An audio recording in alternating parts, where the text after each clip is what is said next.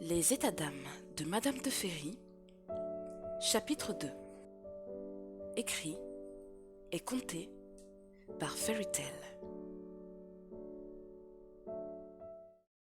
Madame de Ferry, dont le prénom était Christiane, avait passé un excellent week-end dans son château, entourée de sa famille.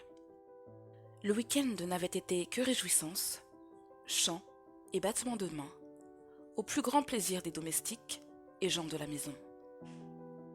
Le lundi matin, se sentant le cœur un peu retourné, Madame de Ferry eut du mal à se lever lorsqu'Amandine, sa jeune femme de chambre, entra dans ses appartements, un plateau contenant le petit déjeuner à la main.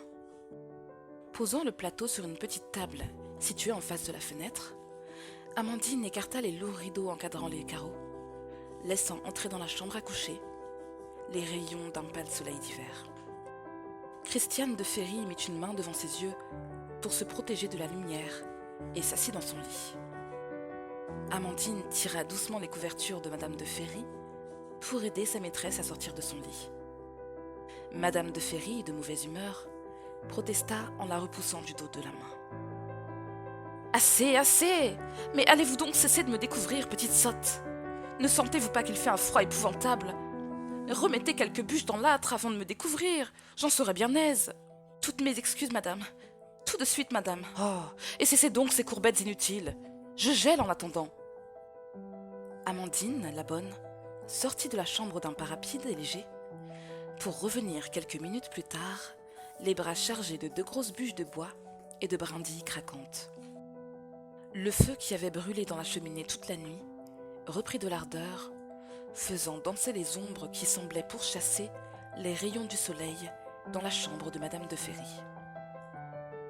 Lorsque la douce chaleur se répandit dans l'atmosphère, le visage de Madame de Ferry se détendit et un sourire anima ses lèvres. « Amandine, veuillez pardonner mes humeurs, voulez-vous? J'ai tendance à facilement m'emporter, je le reconnais. » La jeune bonne fut d'abord très surprise de recevoir des excuses de la part de sa maîtresse, mais elle sourit en se précipitant vers Madame de Ferry et en lui baisant la main. « À Dieu ne plaise! Oh madame, je vous pardonne volontiers.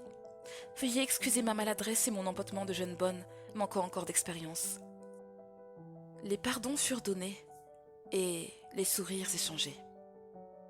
Amandine soutint sa maîtresse, qui sortit hors de son lit, et prit son petit déjeuner, assise à la table, se trouvant face à la fenêtre de sa chambre.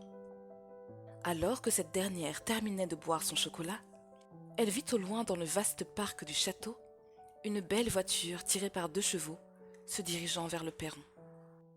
De la vapeur s'échappaient des naseaux des chevaux et formaient autour d'eux de petits nuages blancs, témoignant du froid qui régnait à l'extérieur.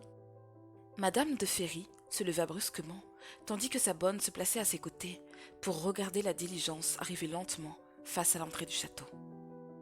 Les 2 femmes se regardèrent d'un air surpris et Madame de Ferry s'exclama. « Mais qui cela peut-il bien être?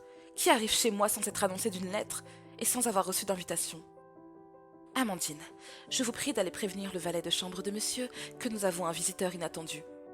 Dites-lui que je donne les ordres de préparer le petit salon ainsi qu'une collation pour ce visiteur. Demandez que l'on rajoute du bois dans les cheminées et ordonnez que l'on fasse chauffer du thé et que l'on serve fruits et biscuits.